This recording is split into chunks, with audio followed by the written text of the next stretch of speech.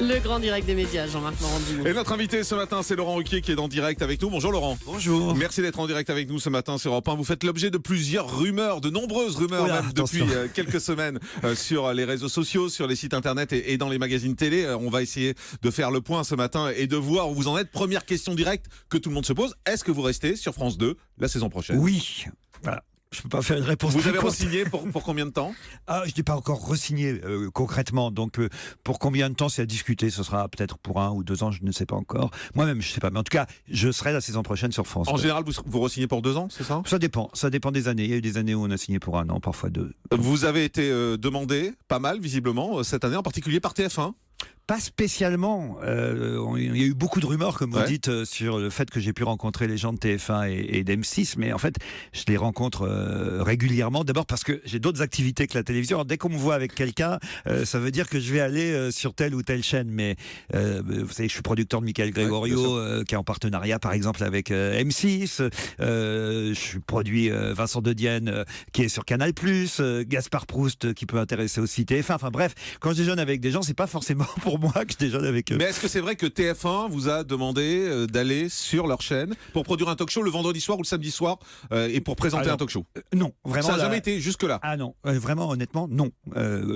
J'ai rencontré, c'est vrai, parfois Ara Aprikian et Mathieu Vergne, mais ça n'a jamais été aussi concret que ça. Voilà. Non, vraiment. Et ils vous ont proposé quelque chose de concret? Non, ou même pas? Non, vraiment pas. Non. Rien. Donc c'était de fausses rumeurs, tout ce qui a circulé? Exactement. Et M6 vous a proposé quelque chose? Non plus. D'accord.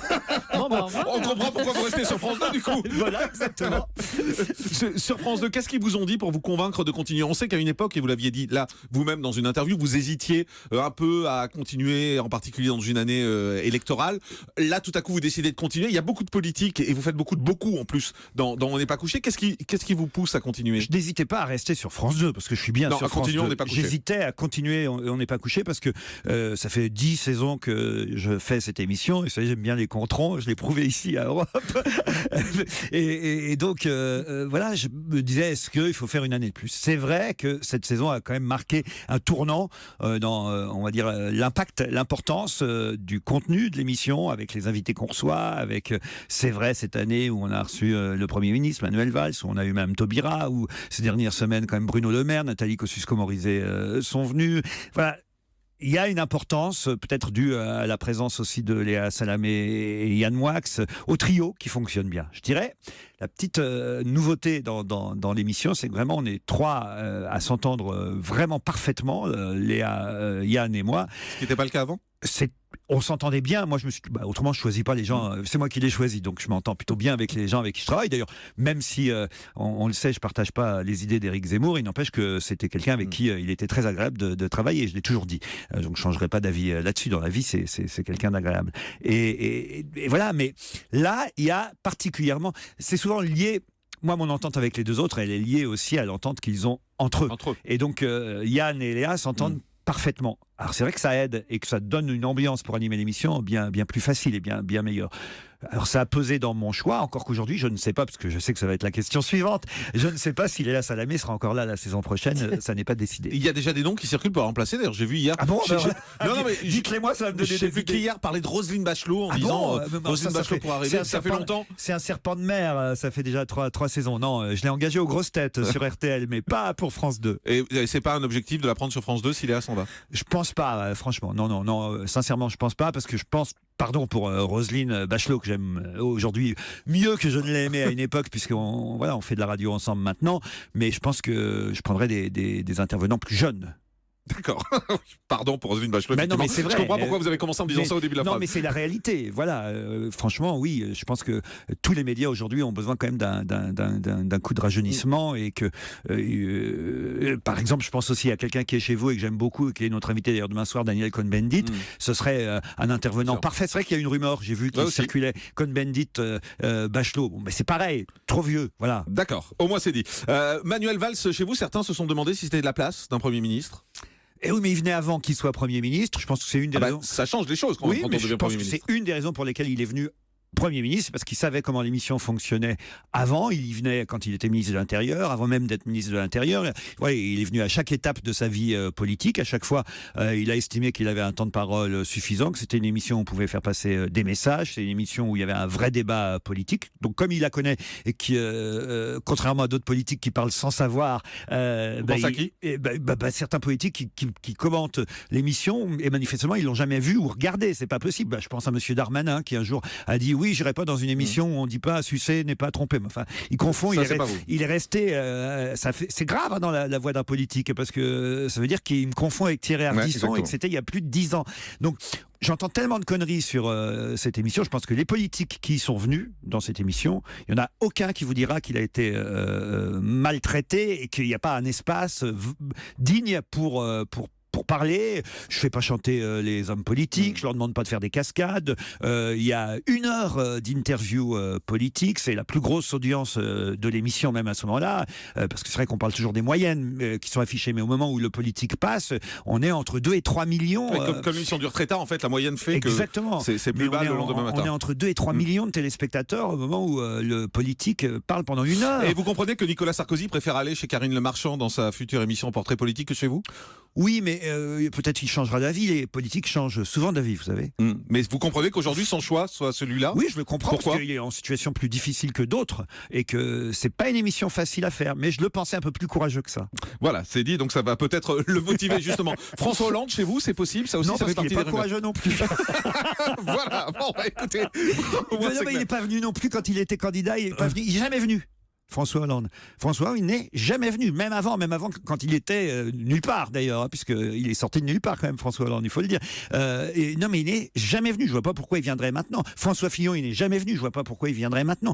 Il y a des politiques plus courageux que d'autres. Et la rumeur veut aussi que l'émission soit plus difficile pour les politiques de droite que pour les politiques de gauche. C'est faux, y compris même, parce que c'est vrai que Aymeric Caron était classé très très à gauche, mais y compris quand on regarde les fameux clashs, puisque souvent on ressort clash buzz tweet. Voilà les moments, on va dire, les plus intenses de l'émission. Et quand il y a eu une polémique en début de saison sur On n'est pas couché, je crois que c'est Marianne d'ailleurs qui a fait ça, qui a ressorti les clashs de l'émission. Et ça m'a amusé parce que d'un seul coup on s'est aperçu que les clashs c'était Aymeric Caron contre des membres du gouvernement socialiste. C'est-à-dire que c'est quand il pose à Madame Najat Vallaud-Belkacem des questions sur le fait qu'elle n'ait pas abandonné son mandat du côté de Lyon.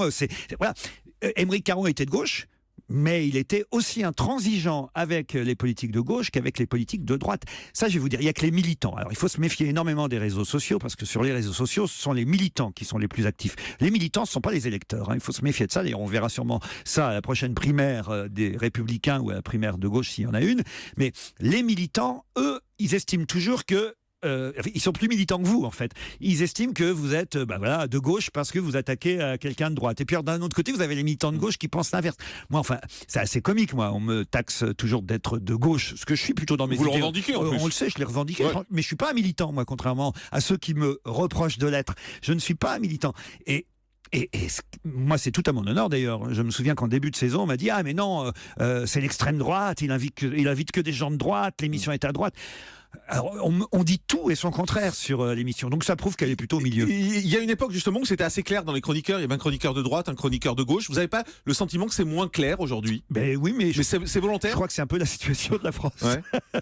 C'est un peu moins clair aussi aujourd'hui. D'ailleurs, regardez, Nadia Cohn-Bendit qui travaille ici à Europe 1 dit peut-être qu'il faudrait une sorte de coalition gouvernementale entre qui représenterait les 60% de Français de droite comme de gauche qui veulent qu'on s'allie pour faire quelque chose de bien pour le pays. Et c'est vrai que Léa Salamé ou Yann Moix, je mets au défi quiconque de savoir, remarquez, je mets au défi quiconque aussi de savoir pour qui je vais voter moi, parce que moi-même je ne le sais pas. Mais eux non plus, on peut pas savoir. Donc, mais je trouve ça plutôt bien. Marine Le Pen, invitée d'On n'est pas couché, c'est pour quand? Quand elle dira oui, je crois qu'on recevra forcément quelqu'un du Front National avant l'été, parce qu'on y est obligé. Et ça aussi, c'est une fausse rumeur. J'entends encore des gens débattre, y compris d'ailleurs, Jean-Michel Apathy qui est chez vous maintenant, dire il ne veut pas recevoir Marine Le Pen. Il a dit mais c'est faux. Mais où est-ce qu'il... Pareil, mais arrêtons de dire des conneries. Pareil, je l'ai déjà reçu, Marine Le Pen. Qui dit que j'ai jamais reçu Marine Le Pen? Je l'ai reçu déjà. Et je la recevrai encore. Et vous n'avez aucun souci à recevoir Marine Le Pen? Dans le cadre légal de l'égalité du temps de parole parole et quand j'y suis contraint et obligé, je n'ai aucun souci. Ah oui, quand vous êtes contraint et obligé. Oui. C'est-à-dire que volontairement, vous n'avez pas envie de lui donner la parole. Mais pourquoi j'aurais envie? Parce que c'est une femme politique comme les autres? Non. Non. Pour moi, non. Qui représente 30% des électeurs? Des électeurs, oui, ça c'est à voir, faudra vérifier. Des électeurs? Faudra vérifier. Des électeurs, mais pas des Français. Non. Mais pas des Français. Et quand on est sur une chaîne de service public, quand on est sur France Télévisions, on se doit pas de recevoir tout le monde? Je fais pas une émission, justement, j'appartiens pas au service politique, j'ai cette chance. Service public, je parlais du service public. Oui, mais je fais une émission de divertissement. Dans une émission de divertissement, vous n'invitez pas. Il y a des acteurs que vous n'avez pas envie d'inviter. Vous recevez pas tout le monde, vous non plus, j'imagine, Jean-Marc Morandini. Il y a des gens qui viennent pas chez vous. Alors, vous allez bien, vous n'êtes pas sur le service public. Mais je n'ai aucun souci à l'idée de recevoir des représentants du Front National. D'ailleurs, je vais vous dire, c'est pareil, autre bêtise qui a été dite, on a invité des gens du Front National la saison passée, puisqu'on doit chaque saison avoir un équilibre au sein de l'émission.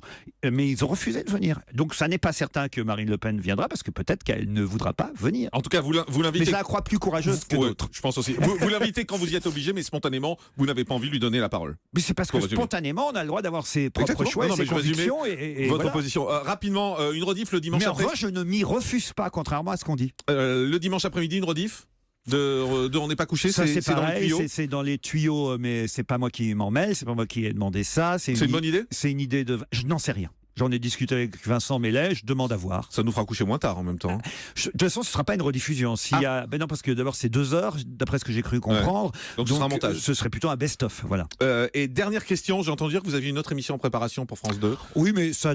Chaque année sur France Télévisions, je fais d'autres choses que... mais une autre émission que vous présenteriez? On n'est pas couché. Qui serait le mardi soir, par exemple, selon mes infos? Alors, c'est vrai. Alors ça, là, vous êtes bien informé, parce que ce qui est vrai, c'est que moi, je ne souhaite plus qu'on me confie des primes, comme ça a été le cas cette année, le samedi soir.